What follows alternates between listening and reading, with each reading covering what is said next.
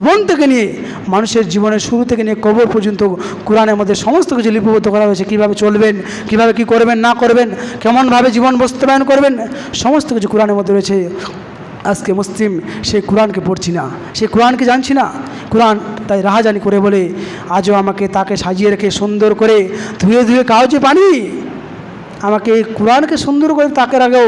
আর রোগ বাড়ায় মুসিবতের সময় তোমরা রাখে আমাকে তাবিজ বানাও, হাতে বাঁধো, তাবিজে বানিয়ে পানিতে ডুবিয়ে পানি খাও, শিফা নাও। আর তোমার দায়িত্ব ছিল কোরআন পড়া। কোরআনের প্রথম আয়াত তোমাদেরকে দিলাম, সূরা নম্বর 96 আয়াত নম্বর 1, ইকরা বিসমি রব্বিকাল্লাযী খলাক। পড়ো তোমার প্রভুর নামে যিনি তোমাকে সৃষ্টি করেছেন। আল্লাহ তাআলা অন্যত্র বলছেন পবিত্র কোরআন সূরা মুহাম্মদ সূরা নম্বর 47 আয়াত নম্বর 19, ফা'লাম আন্নাহু লা ইলাহা ইল্লাল্লাহ। প্রথমত এই জ্ঞানটা অর্জন করো যে আল্লাহ ছাড়া সত্য কোনো মাবুদ নেই। এই জ্ঞানটা অর্জন করতে হবে প্রথমত, যে আল্লাহ ছাড়া সত্য কোনো মাবুদ নেই।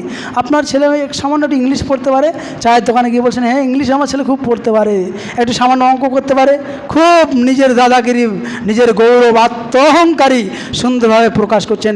আর আপনার ছেলের সামনে যখন এই আল কোরআনকে দেওয়া আছে, পৃথিবীর সর্বশ্রেষ্ঠ গ্রন্থ, যেই গ্রন্থের মধ্যে কোনো সন্দেহ নেই, বলছে আরবি পড়তে পারে না, মক্তবে যাওয়ার সময় নেই, টিউশন আছে, প্রাইভেট আছে, কত কি। আরে এইভাবে করলে হবে না। মুসলিম আমরা, ইসলাম ধর্ম, আমরা ইসলাম জীবন ব্যবস্থা পেয়েছি।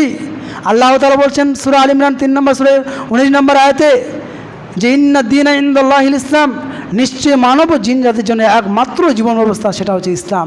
এই ইসলাম নামক জীবন ব্যবস্থাতে আজকে কত মানুষ, লাখো কোটি মানুষ আজকে ইসলাম ধর্ম গ্রহণ করছে। ইসলামের মধ্যে কি সুন্দর মেসেজ পাচ্ছে, কি সুন্দর বার্তা পাচ্ছে। আর আমরা মনে করছি আরে আমরা তো মুসলিম, আর কোরআন কি পড়বো, রোজার মাসে একটু কোরআন পড়বো, মানে লাইলাতুল কদরের রাত্রে, আর একটু ছেলে মেয়ে যা পড়ছে পড়ছে, এইভাবে চলুক। এইভাবে করলে কিন্তু হবে না।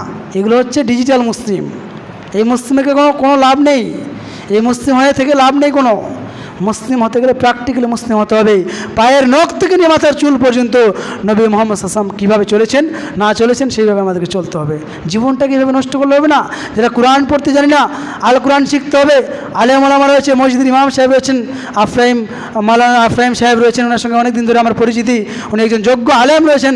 এর আগে একটা বড় মসজিদে থাকতেন তিনি নিজস্ব সমস্যার জন্য তিনি আপনাদের মসজিদে এসেছেন। এটা আপনাদের মানে একটা খুব সুখবর, ভালো, কিন্তু আপনাকে শিখতে হবে।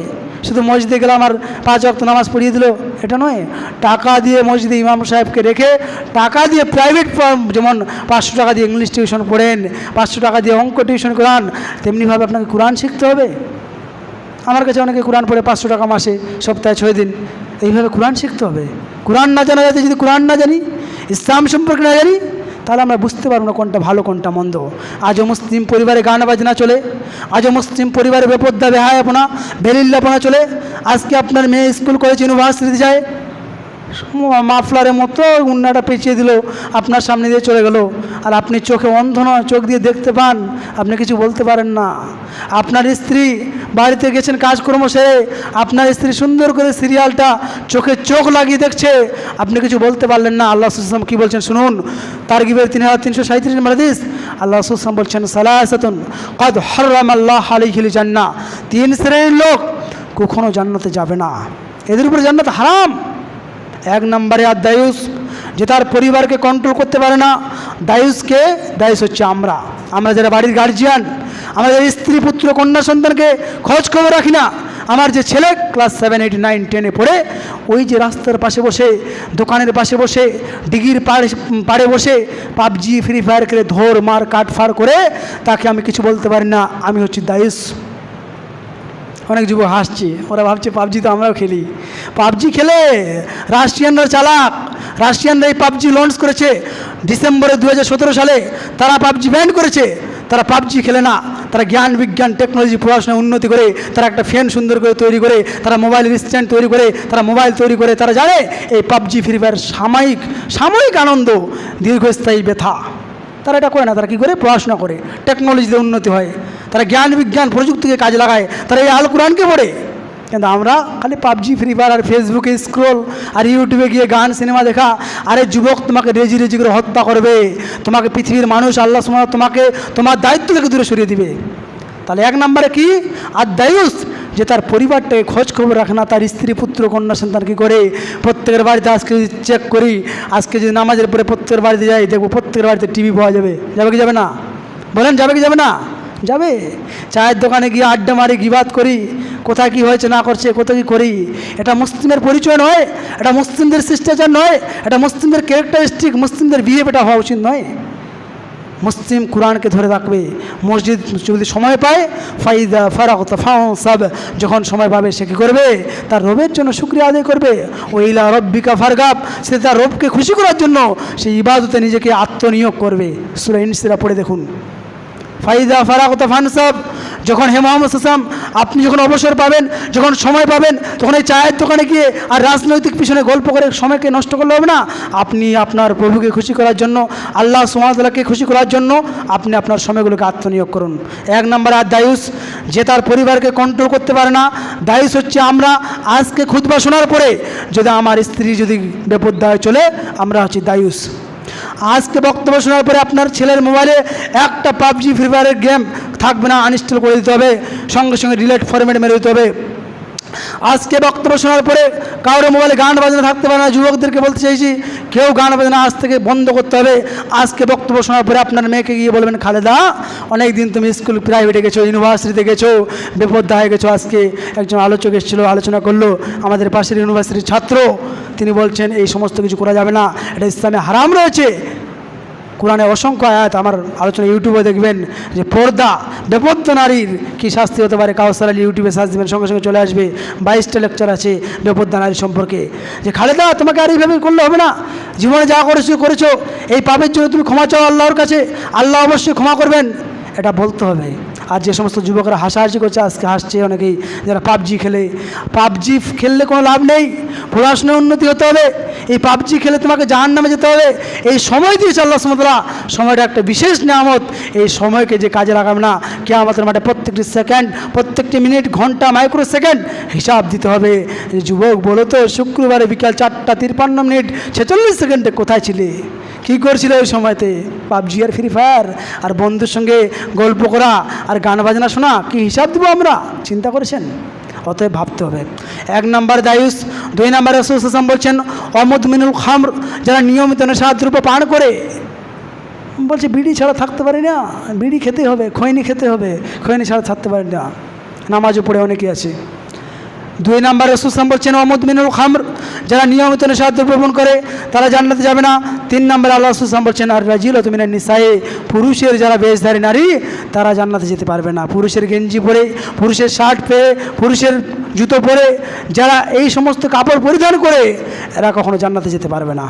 অতএব ভাবুন আমার পরিবারটা কোথায় আছে। আজকে বালিশে বাড়িতে গিয়ে ঘুমানোর সময় বালিশে মাথা দিয়ে 5 মিনিট চিন্তা করবেন, আমার পরিবারটা কি ইসলামিক না শুধু নামে ইসলামিক, কাজকর্মে ইসলামিক? আমার পরিবারের সবাই কি 5 ওয়াক্ত নামাজ আদায় করে না, এটা খোঁজ করতে হবে। কেন খোঁজ করতে হবে যে আমার পরিবারটা নামাজ পড়ে কি পড়ে না?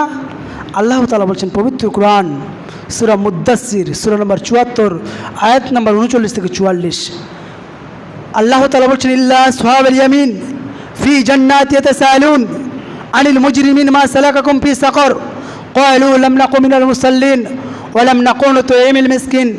আল্লাহ তাআলা একটা ভয়ঙ্কর আয়াত এই কোরআনের মধ্যে লিপিবদ্ধ করেছেন। মুসলিম আমরা পড়ার সময় পাই না, আমরা এই আয়াত নিয়ে গবেষণা করি না। আল্লাহ তাআলা বলছেন জান্নাতীরা জাহান্নামীদেরকে দেখবে, এক শ্রেণীর মানুষকে জাহান্নামে নিয়ে যাওয়া হচ্ছে গরু ছাগলদের মতো। জান্নাতীরা বলবে কি ব্যাপার আব্দুল্লাহ, তুমি তো আমাদের পাড়া প্রতিবেশী ছিলে, আজকে তোমাকে জাহান্নামে যেতে হচ্ছে কেন? কি আশ্চর্য ব্যাপার, তোমাকে জাহান্নামে যেতে হচ্ছে কেন? প্রথম বাক্য, প্রথম যে ওয়ার্ড, প্রথম যে সেন্টেন্স তারা উচ্চারণ করবে, তারা বলবে ক্বালু লাম নাকু মিনাল মুসাল্লিন, আমরা পৃথিবীতে নামাজ পড়তাম না। আর নামাজ পড়লে কেমন ছিলাম? 7 দিনে 1 দিন নামাজ পড়তাম না, শুক্রবারে হতো, আর পাঞ্জাবি পরে, টুপি পরে, আতর লাগিয়ে মসজিদে আগে ভাগে চলে যেতাম, খুব ভালো কথা। কিন্তু আর 6 দিন আমাকে খুঁজে পাওয়া যেত না, মসজিদের আশেপাশে আমি থাকতাম না। এরা হচ্ছে ডিজিটাল মুসল্লি, এদেরকে বলা হয় শুকুর আলী, অর্থাৎ শুক্রবারে শুধু নামাজ পড়ে। 1 নম্বর অপরাধ, ফার্স্ট ক্রাইম, যে আমরা নামাজ পড়তাম না। 2 নম্বরে ওয়ালাম নাকুনু তুঈমুল মিসকিন, অভাব দুস্থ গরিব এতিমদেরকে সাহায্য করতাম না। কোথায় গরিব কী হলো না হলো সাহায্য করতাম না, অনাহারীদেরকে খাদ্য দিতাম না, এই জন্য আমাদেরকে জাহান্নামে আসতে হচ্ছে। 3 নম্বর অপরাধ, মানুষের সমালোচনাকারীদের সঙ্গে সমালোচনায় লিপ্ত হতাম, যেখানে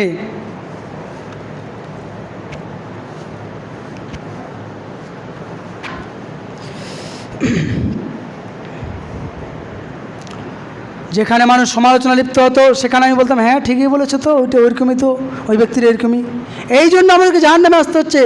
আর একটা কথা শুনে যান, আজকের জুমার খুতবা থেকে, আপনি আজকে যারা মসজিদে এসেছেন আপনারা কেউ আর বেনামাজি থাকবেন না। আজ থেকে পাকাপোক্ত নিয়ত করতে হবে যে আল্লাহ অতীতে যা ভুল করেছি আল্লাহ আপনি আমাকে ক্ষমা করুন, আমি আজ থেকে 5 ওয়াক্ত নামাজ আদায় করা শুরু করব। সকলে জোরের সহিত, ইমানের সহিত সকলে বলি ইনশাআল্লাহ, সকলে বলি ইনশাআল্লাহ, যে আমাদেরকে 5 ওয়াক্ত নামাজ আদায় করতে হবে। কেন 5 ওয়াক্ত নামাজ আদায় করতে হবে? 5 ওয়াক্ত যদি নামাজ